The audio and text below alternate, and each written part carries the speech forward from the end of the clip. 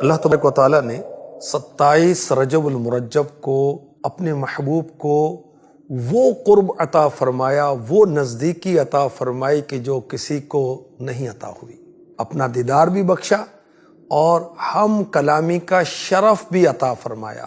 اللہ کے حبیب صلی اللہ علیہ وسلم نے اپنے رب کا، خالق کائنات کا دیدار کیا چشمان سر کے ساتھ، جاگتے ہوئے، بیداری میں۔ یہ معراج کیوں کرائی گئی؟ اس میں حکمت کیا ہے؟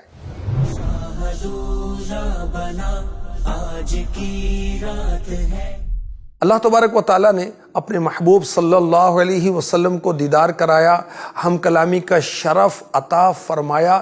اس کی سب سے پہلی حکمت یہ بیان ہوئی دل جوئی، کیونکہ اعلان نبوت کے 10ویں سال حضور کے چچا ابو طالب کا انتقال ہوا۔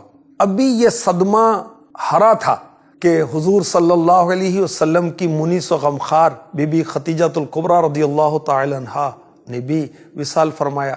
کفار مکہ اب بہت زیادہ ظلم و ستم پر اتر آئے، بہت زیادتیوں پر اتر آئے، بہت تکلیفیں دینے لگے۔ تو اللہ تبارک و تعالیٰ نے اپنے محبوب پاک صلی اللہ علیہ وسلم کی تسکین کے لیے، آپ کے اطمینان کے لیے آپ کو معراج کرائی۔ ایک حکمت یہ بیان کی گئی کہ جو معجزات اور درجات اللہ تعالیٰ نے سارے نبیوں کو الگ الگ عطا فرمائے، وہ سب بلکہ اس سے کہیں بڑھ کر اپنے محبوب کو عطا فرمائے۔ حضرت موسیٰ کلیم اللہ علیہ نبینا علیہ الصلاۃ والسلام کو یہ درجہ ملا کہ وہ کوہ طور پر جاتے تھے، اللہ پاک سے ہم کلام ہوتے تھے۔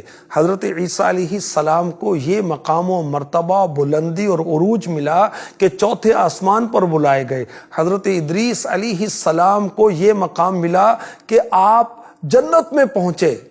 اللہ تعالیٰ نے اپنے محبوب کو وہ معراج کرائی جس میں آپ نے اللہ پاک سے کلام بھی فرمایا، آسمان کی سیر بھی کی، جنت کا مشاہدہ فرمایا، دوزخ کا معائنہ فرمایا۔ گویا کہ وہ سارے مراتب اللہ پاک نے اپنے محبوب کو ایک ہی معراج میں طے کرا دیے۔ ایک حکمت یہ بیان کی گئی کہ سارے نبیوں نے اللہ تبارک و تعالیٰ کی گواہی دی، جنت کی گواہی دی، دوزخ کی گواہی دی، اپنی اپنی امتوں سے اشہد ان لا الہ الا اللہ پڑھایا۔ انبیاء نے گواہی تو دی مگر انہوں نے اللہ کو نہیں دیکھا، جنت کو نہیں دیکھا، دوزخ کو نہیں دیکھا۔ سنی ہوئی گواہی کی انتہا کیا ہوتی ہے؟ گواہی کی انتہا دیکھنے پر ہوتی ہے۔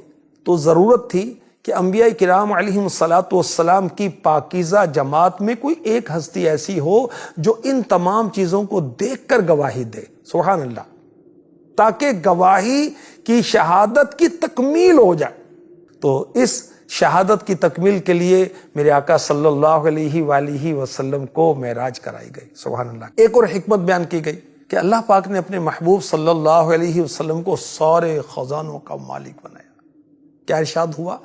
اِنَّا أَعْطَيْنَاكَ الْكَوْثَرَ، اے محبوب بے شک ہم نے تمہیں بے شمار خوبیاں عطا فرمائی۔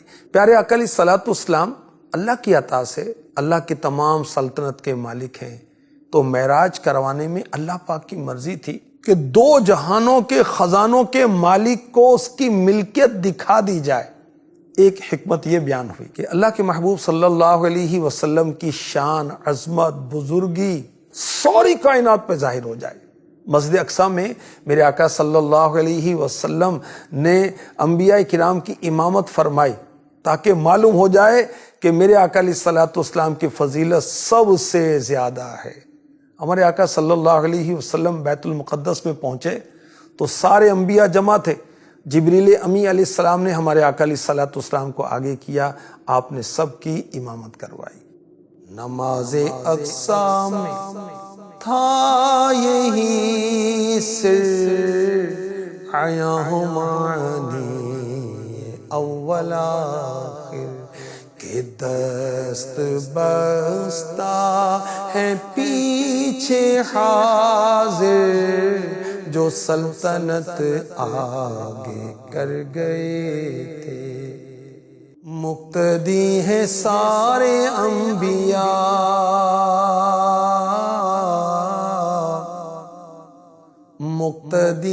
سارے انبیاء، مقتدی ہیں سارے انبیاء،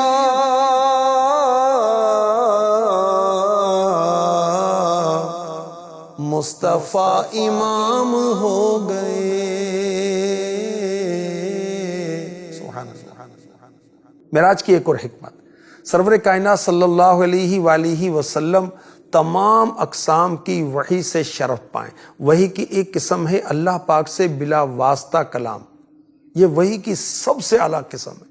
معراج کی رات سرور کائنات صلی اللہ علیہ وسلم نے بلا واسطہ رب سے کلام کیا۔ سورہ نجم کی 10ویں آیت میں ارشاد ہوتا ہے فَأَوْحَى إِلَىٰ عَبْدِهِ مَا أَوْحَى، اب وحی فرمائی اپنے بندے کو جو وحی فرمائی۔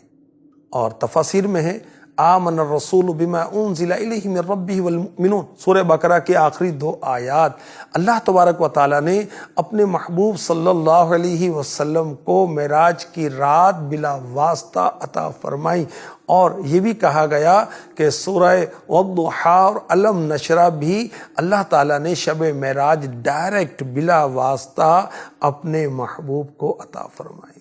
وہی لامکاں کے مکی ہوئے، سر عرش تخت نشین ہوئے، وہ نبی ہے جس کے ہے یہ مکان، وہ خدا ہے جس کا مکان نہیں۔